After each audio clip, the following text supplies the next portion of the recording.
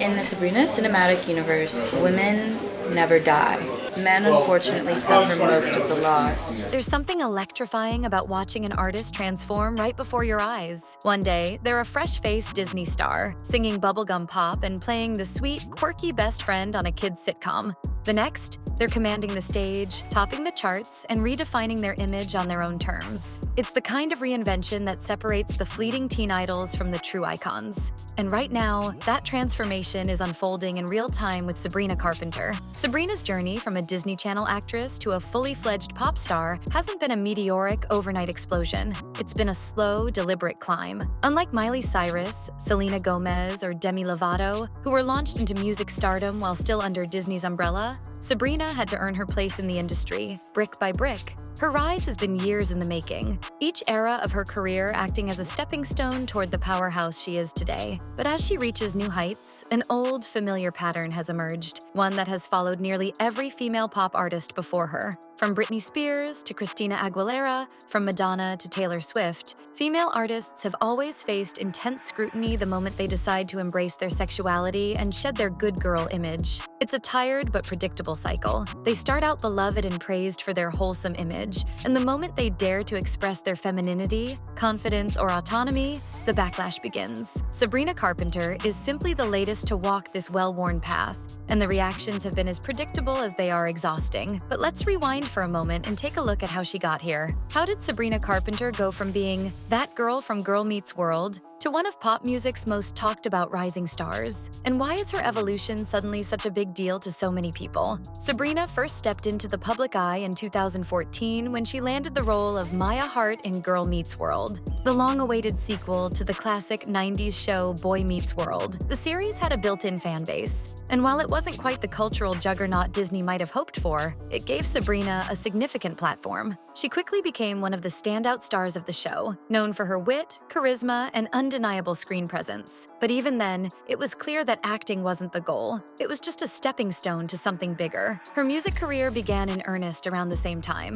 In 2014, she released her debut single, Can't Blame a Girl for Trying, a sweet, acoustic-driven pop track that introduced her as a talented young singer-songwriter. It was well-received but didn't make a massive splash. Over the next few years, she continued to release music under Hollywood Records, the Disney-owned label that had previously housed artists like Selena Gomez, Demi Lovato, and the Jonas Brothers. She dropped a series of albums: Eyes Wide Open, 2015, Evolution, 2016, Singular Act 1, 2018, and Singular Act 2, 2019, all of which showcased her growth as an artist but never quite catapulted her into the mainstream. Then came 2022. If there was a defining moment in Sabrina Carpenter's career, a moment where everything shifted, it was the release of her fifth studio album, Emails I Can't Send. This album wasn't just another pop record. It was personal, deeply introspective, and filled with unfiltered storytelling. Inspired by real-life heartbreak, online drama, and the pressures of fame, the project showcased a new Sabrina, one who was no longer afraid to be vulnerable or brutally honest. Tracks like Because I Liked a Boy directly addressed the online hate she had received amid rumors of a love triangle with Olivia Rodrigo and Joshua Bassett, while Emails I Can't Send tackled the emotional scars of betrayal. It was raw, it was real, and most importantly, it was her, and people noticed. Suddenly, Sabrina wasn't just another former Disney star trying to make it in music. She was an artist with a perspective, a voice, and a unique style that set her apart from the crowd. The album was her first major commercial success, cracking the Billboard charts and generating massive buzz on social media. But it wasn't until 2024 that she officially reached main pop girl status. That year, she released Short and Sweet, an album that took everything she had built with Emails I Can't Send and amplified it. The lead single, Espresso, became an instant hit, with its cheeky lyrics, infectious melody, and confident delivery making it a summer anthem. This era marked a full-fledged transformation. Sabrina Carpenter was no longer a Disney star trying to prove herself.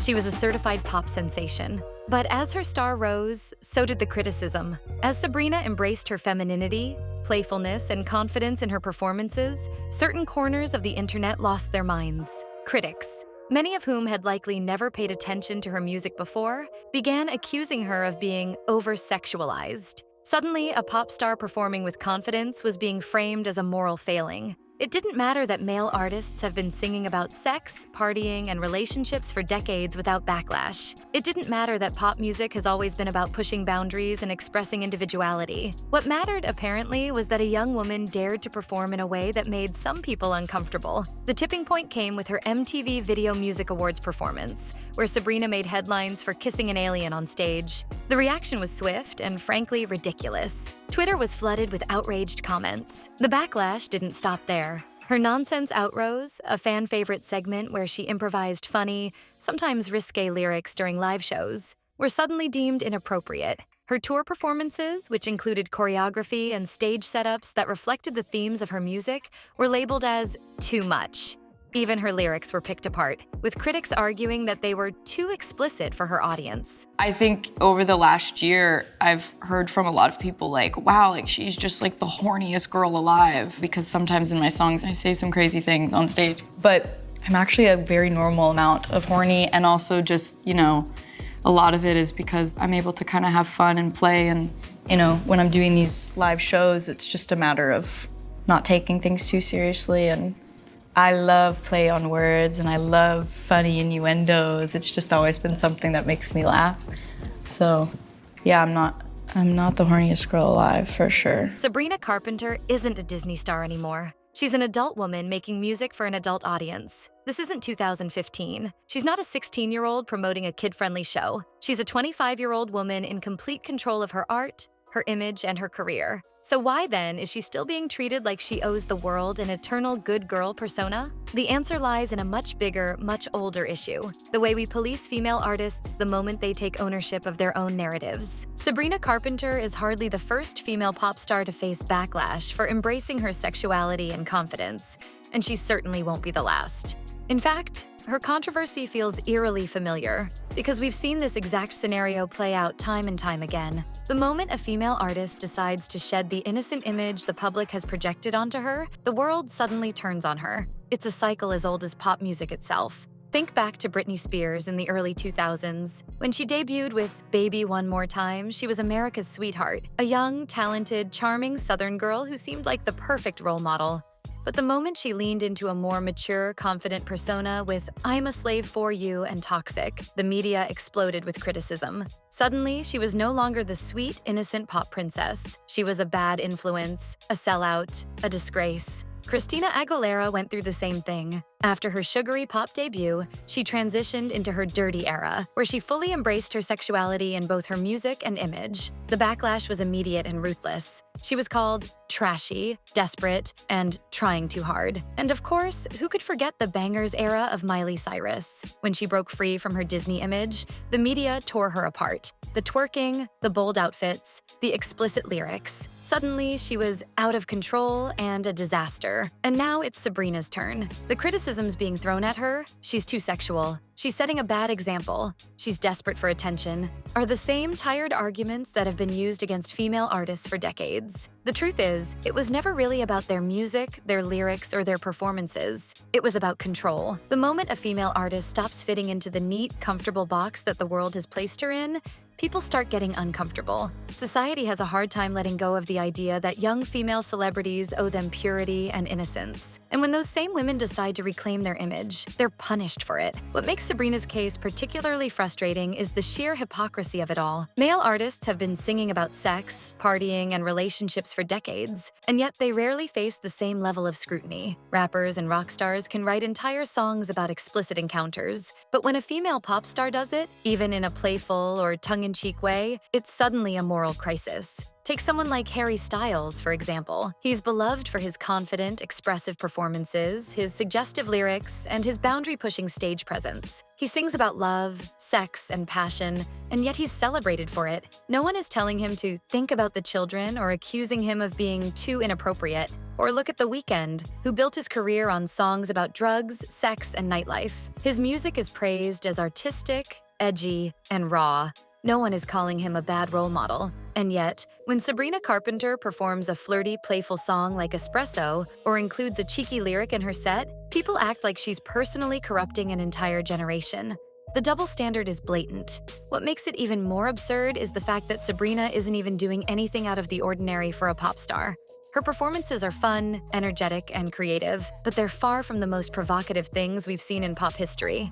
If anything, she's following in the footsteps of the artists who came before her, carving out her own lane in a genre that has always thrived on reinvention, spectacle, and personality. So why are people really mad? At the heart of it, the backlash against Sabrina isn't about protecting the children or keeping pop music clean. It's about the fact that people have a hard time watching women take control of their own image. As long as she was a cute, harmless Disney star, she was safe, easy to digest, easy to like. But now that she's stepping into her own power, embracing her confidence, and refusing to tone herself down to appease the masses, people suddenly have a problem with her. But here's the thing, Sabrina Carpenter doesn't owe anyone the version of herself that they're comfortable with. As the backlash against Sabrina Carpenter continues to swirl, she has done something that many artists before her struggled to do in similar situations. She has refused to engage with the negativity in a way that gives it power. Instead of issuing apologies, explaining herself, or toning down her performances to appease critics, she's doubling down on exactly what makes her unique. It's becoming not scary to be vulnerable in my songs. It's becoming scary to allow everything about me to be misunderstood and to not let it change me. To let go. Yeah, to let go and to not, like, to be stronger than the negative things that people say about you, like to, just not let it chip pieces of yourself away. Rather than entertaining bad faith arguments about why her music and performances aren't appropriate, she's letting her success do the talking. One of the most telling things about how Sabrina is handling this situation is what she's choosing not to do. She's not engaging in Twitter wars. She's not writing long Instagram posts to clarify her artistic choices. She's not going on talk shows to address the controversy. Instead, she's having fun with it. Take, for example, her response in a recent interview when asked about the backlash. Her answer? To that, I just say, don't come to my show, and that's okay. That's it. No apology, no explanation, no attempt to win over people who have already decided they don't like her. Just a simple, matter-of-fact statement. If you don't like it, don't watch it. It's the kind of response that shows that Sabrina understands what's happening.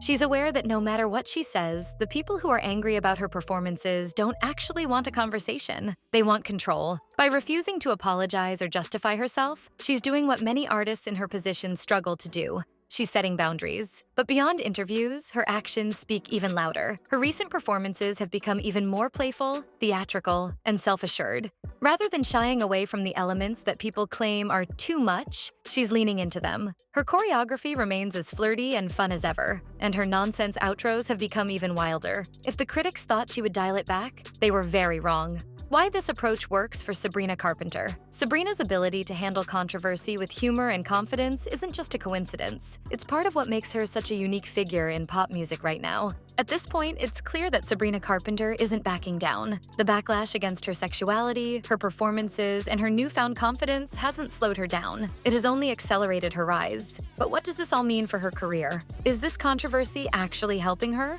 Or is it a threat to her long-term success? The truth is, in pop music, controversy doesn't destroy careers, it builds them. And in Sabrina's case, the backlash is doing something even bigger. It's solidifying her as a true pop culture force. This part of her story isn't just about social media debates or moral panic. It's about how this moment is shaping her future, her legacy, and her place in music history. One of the most overlooked aspects of any major pop music controversy is the fan base effect. When an artist faces backlash, something fascinating happens.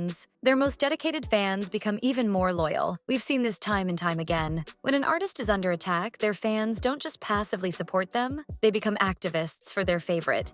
They stream harder, they buy tickets faster, they defend them on social media, and they make sure that their idol wins. This is exactly what's happening with Sabrina. Her core fans, many of whom have been following her since her Girl Meets World days, are rallying behind her like never before. The backlash isn't driving them away, it's making them double down on their support. And for newer fans who may not have paid much attention to her before, the controversy is drawing them in. People who might have ignored her music are now checking her out just to see what the fuss is about. It's the same phenomenon that boosted stars like Taylor Swift during the Kanye West feud. I'm really happy for you. I'm gonna let you finish. But Beyonce had one of the best videos of all time. One of the best videos of all time. Swifties became unstoppable after the media turned on her. Lady Gaga after the Born This Way era backlash. Little Monsters cemented her legacy through unwavering support. Miley Cyrus, after the Bangers scandal, her fan base only grew stronger. Sabrina Carpenter is now experiencing that same effect. Every time a critic tweets about how she's too sexual, her fans respond by streaming her music even more. Every time someone says her performances are too much, more people become curious enough to check them out. Fans aren't the only ones paying attention. The music industry is watching this unfold, and they love what they see. The music business thrives on moments like this. Labels, executives, and streaming platforms want artists who get people talking. Why? Because controversy fuels engagement, and engagement translates to money, visibility, and longevity. And for Sabrina, this moment is proving something incredibly important to the industry. She is no longer a Disney star. She is a legitimate, bankable, headline-making pop star. The industry isn't scared of her controversy. They're embracing it. Sabrina Carpenter is no longer just a former Disney star trying to make it in music. She's a full-fledged pop sensation, and the industry knows it. She's stepping into main pop girl status, a title that not many artists can claim. And what happens next will be crucial in determining just how big she can get. As the dust settles on the so-called controversy surrounding Sabrina Carpenter, one thing has become increasingly clear. This moment is defining her legacy. What started as a debate about whether her performances were too sexual has evolved into a much bigger conversation, one about artistic freedom, gender double standards, and the future of pop music. Sabrina is no longer just a rising star trying to prove herself. She has become a symbol of change, an artist who refuses to shrink herself to fit outdated expectations. And in doing so, she's paving the way for future generations of female musicians to express themselves without fear. Her success will likely open doors for other female artists who want to own their narrative without fear of backlash. We are witnessing a moment where female artists are rewriting the rules of the music industry. They're refusing to let outdated expectations define them, and they're proving that confidence is not something to be punished. This movement isn't just about Sabrina. It's part of a bigger wave of women in music standing up for themselves. Billie Eilish recently spoke out about how the industry criticizes women no matter what they wear, whether it's baggy clothes or something revealing. Megan Thee Stallion and Doja Cat have consistently challenged industry norms about female sexuality in rap and pop. Taylor Swift has built an empire by refusing to let public scrutiny define her, reclaiming her narrative at every turn. And now, Sabrina Carpenter is adding her name to that list, proving that pop music can be fun, flirty, and powerful all at the same time. Do you think the backlash against Sabrina Carpenter was unfair? Is this moment going to define her career moving forward? Drop your thoughts in the comments. Because one thing is for sure, we're witnessing the rise of pop's next big superstar, and this is just the beginning.